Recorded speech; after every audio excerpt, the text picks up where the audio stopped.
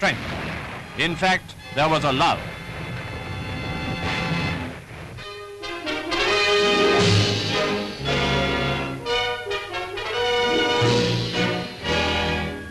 While I don't mean to suggest that the Army of the Nile spent the lull in sleeping and fishing, the boys did occasionally get an afternoon off, and when they did, they made the most of it. After rounding up the itais, they started rounding up every fish within miles. If they caught any, it might have been a pleasant change from bully.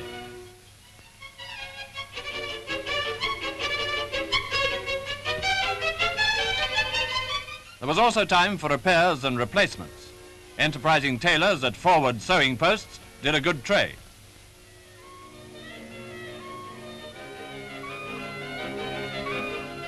Very good, sir. It'll be ready for a fitting on Tuesday.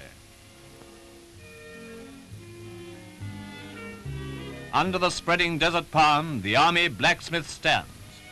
Well, there was plenty of work for him to do during that lull in the western desert. Repairs and replacements. Only this time to vehicles. Most important work.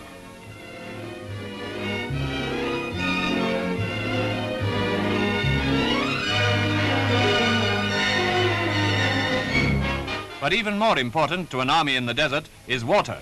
It's rationed, of course, but troops near the coast often get extra rations by distilling their own drinking water from seawater. It's boiled in a large drum, the fuel is waste oil, and the steam goes through pipes to condensers.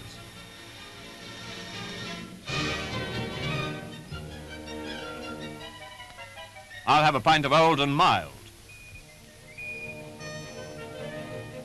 There are, unfortunately, no cinemas in the desert at present, so the boys couldn't see their favourite stars during the lull.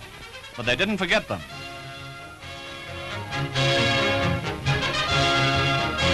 Film stars on the brain. And here's a neat invention for the really serious fan. The conversion of the officers' mess into the pilots' mess in Western Desert Fighter Squadrons was an innovation sponsored by Air Marshal Cunningham.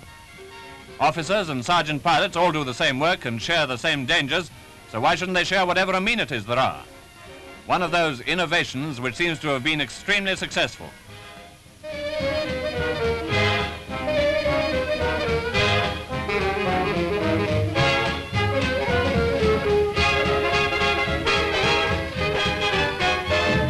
Since these pictures were taken, the Royal Air Force has gone into the thick of our new Libyan offensive.